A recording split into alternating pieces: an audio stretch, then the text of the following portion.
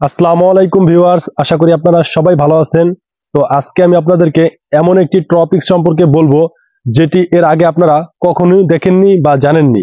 তো আপনারা যদি আমার ইউটিউব চ্যানেলের নতুন দর্শক হয়ে থাকেন, অবশ্যই চ্যানেলটিকে সাবস্ক্রাইব করবেন এবং পাশে থাকা বেল আইকনটি অল সিলেক্ট করে দিবেন। তো বন্ধুরা, কথা না বাড়িয়ে ভিডিওর মূল টপিকে চলে যাই।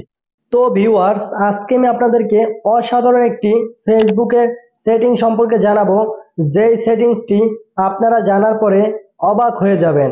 তো বন্ধুরা, আপনারা যে ফেসবুকটি ইউজ করেন সেটি দেখা যায় যে অনেক সময় আপনার ফ্রেন্ড বা আপনার বন্ধু বান্ধব, আত্মীয় স্বজন যে কারো মাধ্যমে আপনার পাসওয়ার্ড এবং আপনার ফেসবুকের যে নাম্বারটি দিয়ে ক্রিয়েট করেছিলেন সেটি কিন্তু তারা জেনে যায়। তারপরে অন্য একটা ফোনে লগ ইন করতে যায়, সেক্ষেত্রে কিন্তু লগ ইন করলে আপনার ফোনে একটা নোটিফিকেশন চলে আসবে।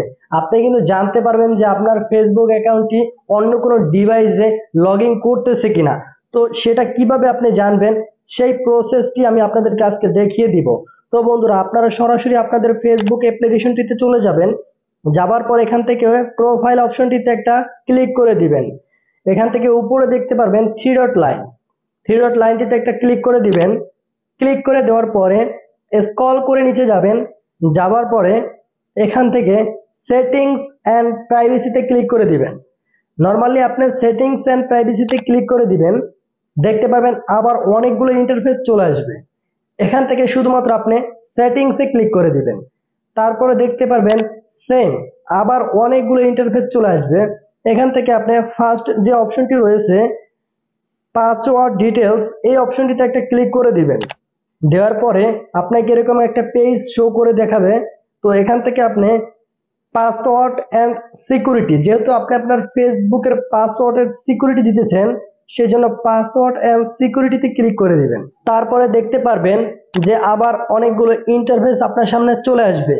তো এখান থেকে আপনি যেহেতু আপনার লগইন অ্যালার্ট অপশনটিতে ক্লিক করতে চাচ্ছেন, অর্থাৎ আপনার যে ফেসবুক পেজটি রয়েছে বা অ্যাপ্লিকেশনটি রয়েছে সেটা যদি অন্য কেউ তার অন্য কোনো ডিভাইসে লগ ইন করতে যায়, সেক্ষেত্রে আপনার কাছে একটা লগ ইন অ্যালার্ট চলে আসবে। সেই অ্যালার্টটি আপনি পাওয়ার জন্য লগ ইন অ্যালার্ট অপশনে একটা টাচ করে দিবেন। দেওয়ার পর এখান থেকে আপনার যে ফেসবুক পেজ বা অ্যাপ্লিকেশন রয়েছে সেটা আপনি এখান থেকে সিলেক্ট করে দিবেন।